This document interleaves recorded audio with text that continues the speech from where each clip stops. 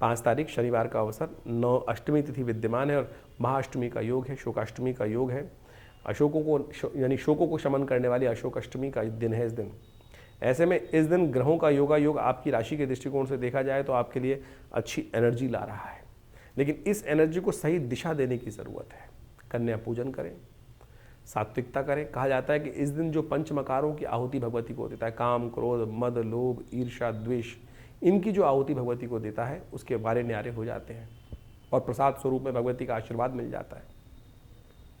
देखिए, आपकी राशि के दृष्टिकोण से इस वक्त ग्रहों की युति जिस प्रकार चल रही है, ऐसे में भगवती के आशीर्वाद की खास ज़रूरत है। तो भगवती का पूजन करें, कन्या पूजन करें, आशीर्वाद लें और फिर आपके कष्टों को दूर करने का योग बनेगा। 8वां स्वरूप भगवती का महागौरी स्वरूप है।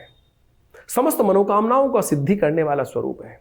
कहा जाता है भगवती महागौरी वो है कि जो देवताओं के जो मनोरथ को सिद्ध करने, पंचम अध्याय में जो कथा आती है भगवती की, जब भगवती विशेष तौर पर देवता स्तवन कर रहे होते हैं, वहाँ भगवती गौरी स्वयं आती हैं और वो देवताओं से पूछती हैं कि हे देवता लोग, तुम किसकी आराधना कर रहे हो? देवता आराधना कर रहे थे कौन से स्तुति से? देवी सूक्त से। नमो देव्यै महादेव्यै शिवाय सतम नमः, नमः प्रकृति भद्राय नियता पंटा स्मृता। तो जब भगवती उनसे पूछती है कि देवता लोग किसकी स्तुति कर रहे हो, तब भगवती के स्वरूप से महागौरी जी निकलती हैं और वो कहती हैं कि ये मेरी स्तुति कर रही हैं। भगवती पार्वती के शरीर से जब महागौरी निकलती हैं तो वो है महागौरी। समस्त देवताओं के मनोरथ भी सिद्ध करने वाली है, तो मेरे और आपके मनोरथ क्यों नहीं सिद्ध करेंगे? तो इस दिन विशेष तौर पर भगवती महागौरी की आराधना करनी चाहिए। कहा जाता है पंचमकारों की जो इस दिन यज्ञ के स्वरूप में उन भगवती को आहुति देते हैं। पंचमकार का मतलब है मत्स्य, मांस, महिष, मेष, मदिरा, यानी ये पंचमकार ये स्वाब्दिक रूप में है। इनका वास्तविक अर्थ जो है वो नहीं है, मांस की आहुति नहीं देनी है, मछली की आहुति नहीं देनी है, आहुति देनी है काम, क्रोध, मद, लोभ की।